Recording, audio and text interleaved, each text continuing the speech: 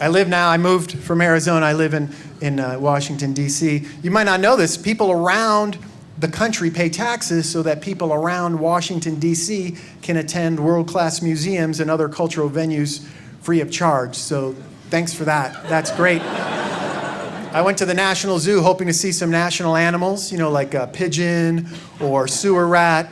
But everybody there is lined up to see what? Panda, yeah, which is not a national animal.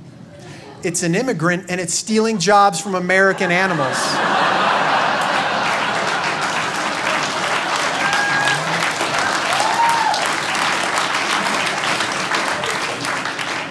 What's black and white and red all over? Communist panda from China.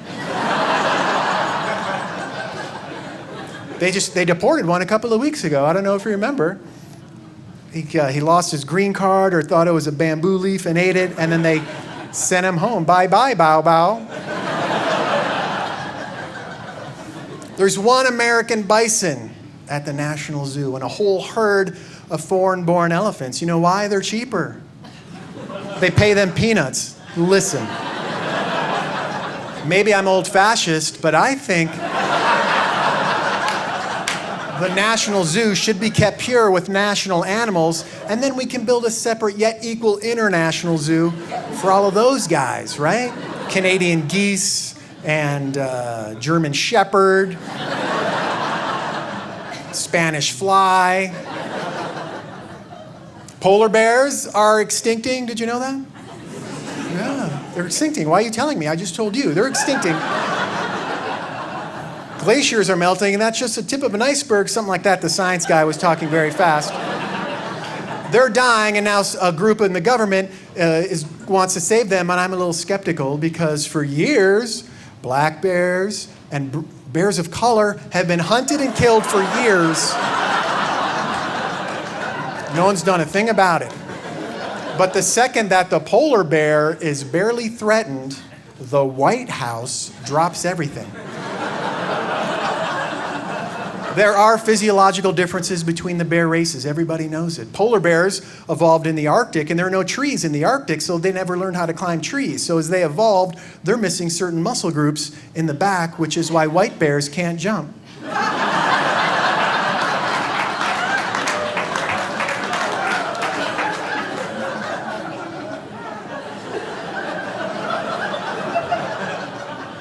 Sure, they're great swimmers. I have a theory.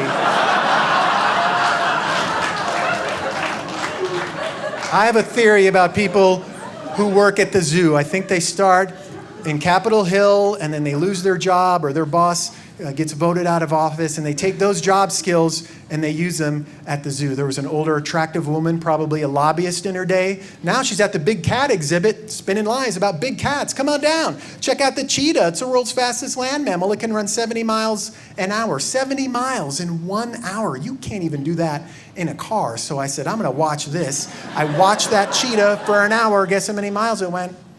Boing, none. It lifted up its head and went back to sleep. So whatever that is, 1/5,000th of a mile. And so I corner her, and that's when the lies and the spin come out. Oh, it can't run a whole hour at a time. It can only run a few minutes at a time. And then if it catches what it's chasing, it's going to stop running right then. And then it'll eat it, and I don't know how much of it eats, and I don't know how big it was or little it was, but it turns out in a week, a cheetah might run 5 miles in a week. Well, I run 15 miles in a week. So if you use the Pythagorean theorem, which is rate times time equals distance, turns out I'm 3 times faster than the world's fastest land mammal.